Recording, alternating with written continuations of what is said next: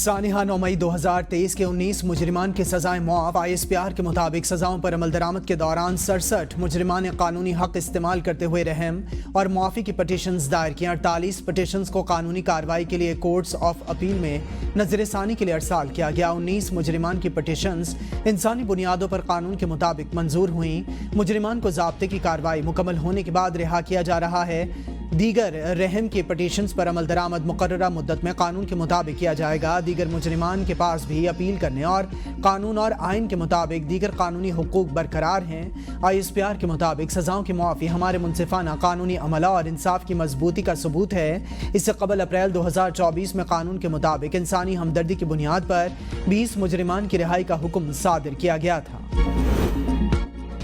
حکومت اور PTI کی مذاکراتی کمیٹیوں کی دوسری بیٹھک کچھ دیر بعد لگے گی تحریک انصاف کا آج مذاکرات کے دوران چارٹر آف ڈیمانڈ تحریری طور پر نہ دینے کا فیصلہ ارکان کا موقف ہے کہ ہماری ڈیمانڈز سب کو معلوم ہے لکھ کر دینا سمجھ سے بالاتر ہے کیا حکومت اتنی بااختیار ہے کہ 9 مئی اور 26 نومبر پر جوڈیشل کمیشن تشکیل دے سکتی ہے ارکان کے مطابق آج کے اجلاس میں حکومت کے بااختیار ہونے اور مذاکرات میں سنجیدگی کا جائزہ لیا جائے گا اسپیکر سردار ایاز صادق کی زیر صدارت بند کمرہ اجلاس پارلیمنٹ ہاؤس میں ہوگا وزیر اعلیٰ خیبر پختونخوا الیمین گنڈاپور بھی مذاکرات میں شامل ہوں گے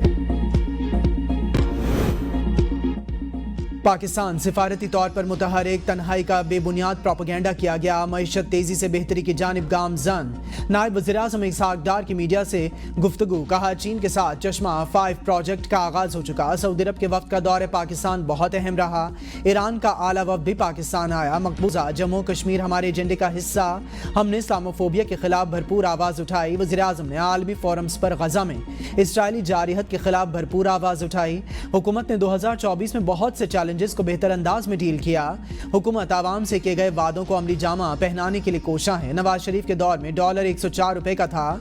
GDP گروتھ میں مثبت اعشاریہ سامنے آئے ہیں اڑان پاکستان 5 سالہ منصوبہ ہے مہنگائی 5% سے بھی نیچے آ گئی پالیسی ریٹ 22% سے 13% پر آ گیا اسحاق ڈار کا مزید کہنا تھا کہ ممتاز زہرا بلوچ کو فرانس میں سفیر متعین کیا گیا ہے اگلے ہفتے سے نئے ترجمان بریفنگ دیں گے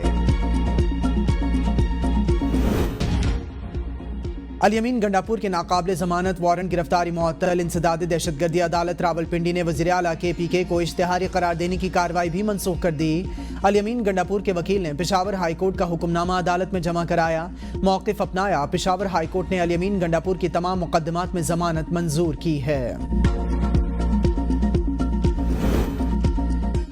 وزیر اعلیٰ الیمین گنڈاپور نے 1 صدی سے زائد عرصے کا کرم تنازعہ حل کرا دیا گرینڈ جرگے کی 50 سے زائد نشستیں ہوئیں خیبر پختونخوا کے مشیر اطلاعات بیرسٹر سیف کا بیان کہا جرگہ ممبران نے پورے خلوص نیت کے ساتھ کوششیں کیں جو رنگ لے آئیں کمشنرز اور DIG سمیت پوری انتظامیہ نے بھرپور کردار ادا کیا سڑک کی بندش کا مقصد مزید خون ریزی کا راستہ روکنا تھا سڑک کی بندش کے باعث پیدا ہونے والے مسائل کا پوری طرح ادراک تھا وزیر اعلیٰ نے ادویات اور دیگر سروسز کے لیے اپنا ہیلی کاپٹر وقف کیا تھا مین شاہراہ کو محفوظ بنانے کے لیے 400 پولیس اہلکاروں کو بھرتی کرنے کی منظوری دی گئی ہے پولیس چیک پوسٹوں سمیت 2 FC پلاٹون بھی تعینات کی جائیں گی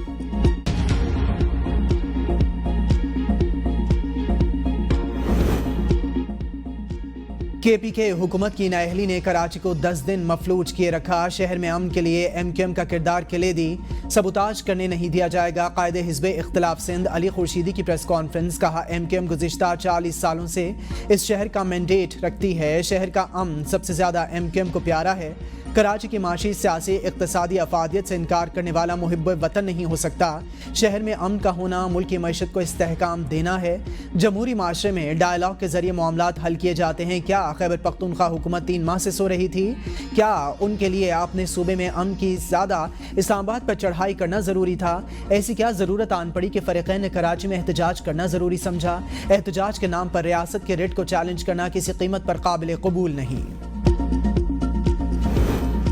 امریکہ میں پاکستانی سفیر نے سرکاری وفد کی ارکان کانگریس سے ملاقاتوں میں شرکت کیوں نہیں کی اسلام آباد ہائی کورٹ کا سفارت خانے سے موقف لے کر رپورٹ جمع کرانے کا حکم تحریری حکم نامے میں کہا گیا کہ پاکستانی سفیر کو حکومت پاکستان کی نمائندگی کرنے والے وفد کی ملاقاتوں میں شرکت کرنی چاہیے تھی وزیر اعظم اور وزیر خارجہ کے عافیہ صدیقی کے رحم کی اپیل دائر ہونے کے بعد بیرون ممالک کے دوروں کی تفصیلات طلب حکم نامے میں مزید کہا گیا کہ وزارت خارجہ کے مطابق وزیر اعظم شہباز شریف کے امریکی صدر کو لکھے گئے خط کا کوئی جواب نہیں آیا